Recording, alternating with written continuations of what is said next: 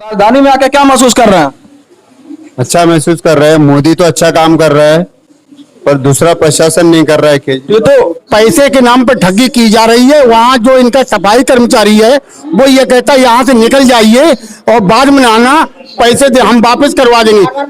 Railway department so नहीं सकता इसलिए कि उसकी राउंड द क्लॉक ड्यूटी होती है और सीरियलिटी से ड्यूटी होती है, रात में भी ड्यूटी है। मैंने सेंट्रल गवर्नमेंट में नौकरी की है। जो है इसके बाथरूम तक आ चुका है। ये देखिए, इधर इधर दिखाइए, आइए। नमस्कार, आप देख रहे हैं दस्तक एक आवाज, मैं अभिषेक।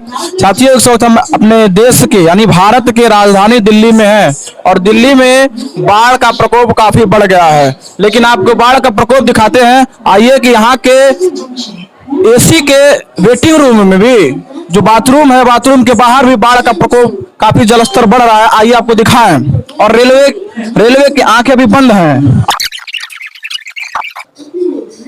ये देख सकते हैं, ये एसी के वेटिंग रूम का जेंट्स टॉयलेट है और ये दिल्ली का बाढ़ जो है इसके बाथरूम तक आ चुका है। ये देखिए, इधर दिखाइए, आइए। ये देखिए, दिल्ली का बाढ़ जो है यहाँ एसी स्टेशन, दिल्ली स्टेशन के बाथरूम तक आ गया। अंदर आ जाइए थोड़ा सा, ये दिखाइए आप, ये देखिए। और रेलवे अभी तक सोई हुई है। यहाँ पे गवर्नमेंट जो है ना, इंडियन गवर्नमेंट, इधर आइए अंदर, अरे आ जाओ आप। यहाँ पे हमारी मोदी सरकार जल्द ही अमेरिका को टक्कर देने वाली है और टक्कर देख लीजिए कितने अच्छे से दे रही है। ये देखिए, यहाँ के ये दिल्ली का बाढ़ यहाँ तक पहुंचाया है। इधर रखिए, ये देखिए, ये हमारे देश की राजधानी का हाल है। ये लाइन लगे पड़े हैं, इतने टॉयलेट है। ये पानी देखिए अब कहाँ तक आ रहा है। अब इसके जिम्मेदार कौन है? हो गया, यहाँ तक कवर कर लिया। बताइए भैया, क्या आप राजधानी में आके क्या महसूस कर रहे हैं? अच्छा महसूस कर रहे हैं। मोदी तो अच्छा काम कर रहा है पर दूसरा प्रशासन नहीं कर रहा है। ये तो केजरीवाल का काम नहीं, केंद्र सरकार का रेलवे होता है, उनका काम होता है। ये उनका है क्या? जी हाँ, तो उनको बताना चाहिए कि इस तरह से बाढ़ यहाँ नहीं आना चाहिए। अगर आप रेल में बिना टिकट के बैठेंगे तो टीटी आकर तुरंत फाइन लगा देगा। यहाँ पे आपका टीटी देखने वाला या कोई देखने वाला जिम्मेदार नहीं है। वहां पे जिम्मेदार तुरंत आ जाते हैं। सीट रहे या ना रहे, टीटी पहुंच जाते हैं। टीटी आपका चालान मार देगा। अगर आप जनरल का टिकट लेके आप स्लीपर में बैठ गए हो, भले नीचे बैठे हो, लेकिन वहां पे टीटी पहुंच जाएगा। वहां पे जिम्मेदारी निभाते हैं। यहाँ पे जिम्मेदार कहाँ गए? यहाँ पे क्या कहना चाहेंगे? क्या सुविधा अच्छी मिल रही है आपको? एसी में आए हैं तो नहीं, अच्छी नहीं है सुविधा। तो आप देख सकते हैं यहाँ पे क्या स्थिति है। यहाँ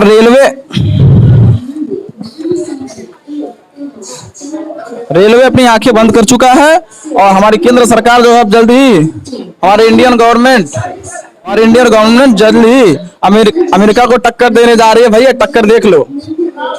तो यहाँ पे एसी कोच के वेटिंग रूम में हम लोग हैं और यहाँ पे कुछ लोग यात्री लोग हैं, इनसे बातें करते हैं कितना अच्छा महसूस कर रहे हैं देश की राजधानी के एसी वेटिंग रूम में आके। बताइए। यहाँ पर पैसे के नाम पर ठगी की जा रही है। वहाँ जो इनका सफाई कर्मचारी है वो ये कहता है यहाँ से निकल जाइए और बाद में आना, पैसे दे हम वापस करवा देंगे। बार बार पानी भर रहा है। ये यहाँ की व्यवस्था इतनी खराब है। पैसे क्यों लिए जा रहे हैं? यात्रियों को परेशान किया जा रहा है। अगर आपके पास व्यवस्था नहीं तो आप एंट्री नहीं दीजिए, टिकट मत काटिए। ये टिकटें काट रहे हैं और बिना मतलब में पैसा ले रहे हैं और जिससे कि जो है यहाँ पे मतलब नहाने धोने की कोई तो रेलवे के पास तो वैसे ही रेलवे के पास तो वैसे ही व्यवस्था नहीं रहती। सीट खाली नहीं रहता तभी टिकट दे देती है रेलवे।